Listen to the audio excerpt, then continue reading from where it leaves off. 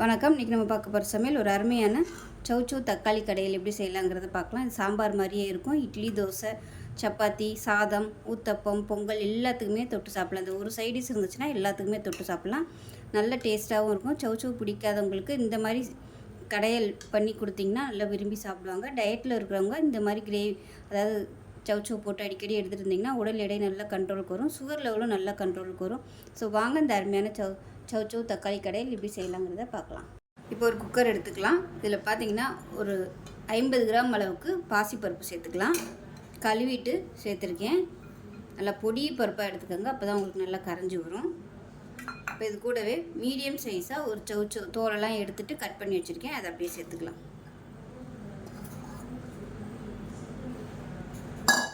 இது கூடவே ஒரு 15 சின்ன வெங்காயம் சேர்த்துக்கலாம். முழுசாகவே சேர்த்துக்கோங்க, ஏன்னா நம்ம கடையை தான் போகிறோம்.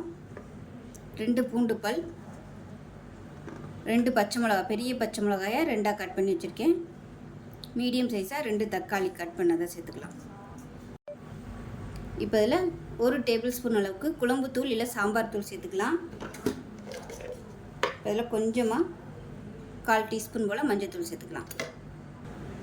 இப்போ இதில் தண்ணி சேர்த்துக்கலாம். ஒரு 3 டம்ளர் அளவுக்கு தண்ணி சேர்த்துருக்கேன். இப்போ இதில் புளி தண்ணி சேர்த்துக்கலாம்.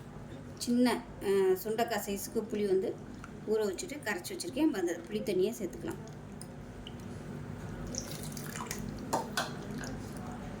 இப்போ இதில் தேவையான அளவுக்கு உப்பு சேர்த்துக்கலாம்.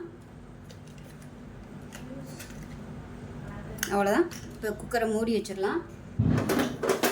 மூடி வச்சுட்டு நல்லா ஒரு 3 விசில் 3 இல்லை 4 விசில் விட்டுட்டு ஸ்டீம்லாம் இறங்கினதுக்கப்புறம் பார்க்கலாம்.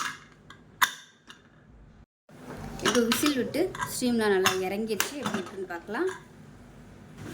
இப்போ இதை ஒரு மேஷர் வச்சு எல்லாத்தையும் நல்லா மசிச்சு விட்டுக்கலாம்.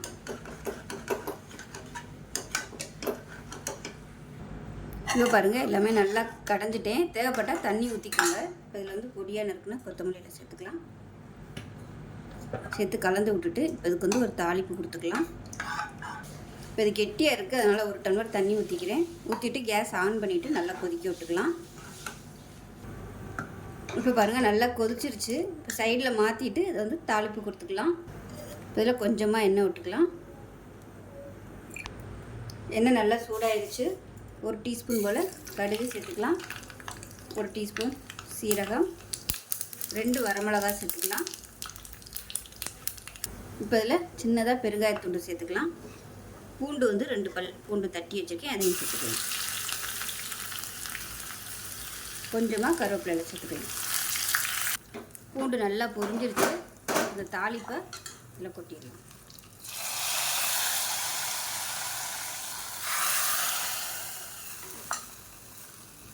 அவ்வளோதான், ஒரு அருமையான சௌச்சௌ தக்காளி கடையில் ரெடி ஆயிடுச்சு. இது பொங்கல், ஊத்தப்பம், இட்லி, தோசை எல்லாத்துக்குமே நல்லாயிருக்கும். சாதத்தில் கூட நீங்கள் இதை ஊற்றி செஞ்சு சாப்பிட்லாம். அருமையாக இருக்கும். நல்ல ஹெல்த்தியான ஒரு ரெசிபி.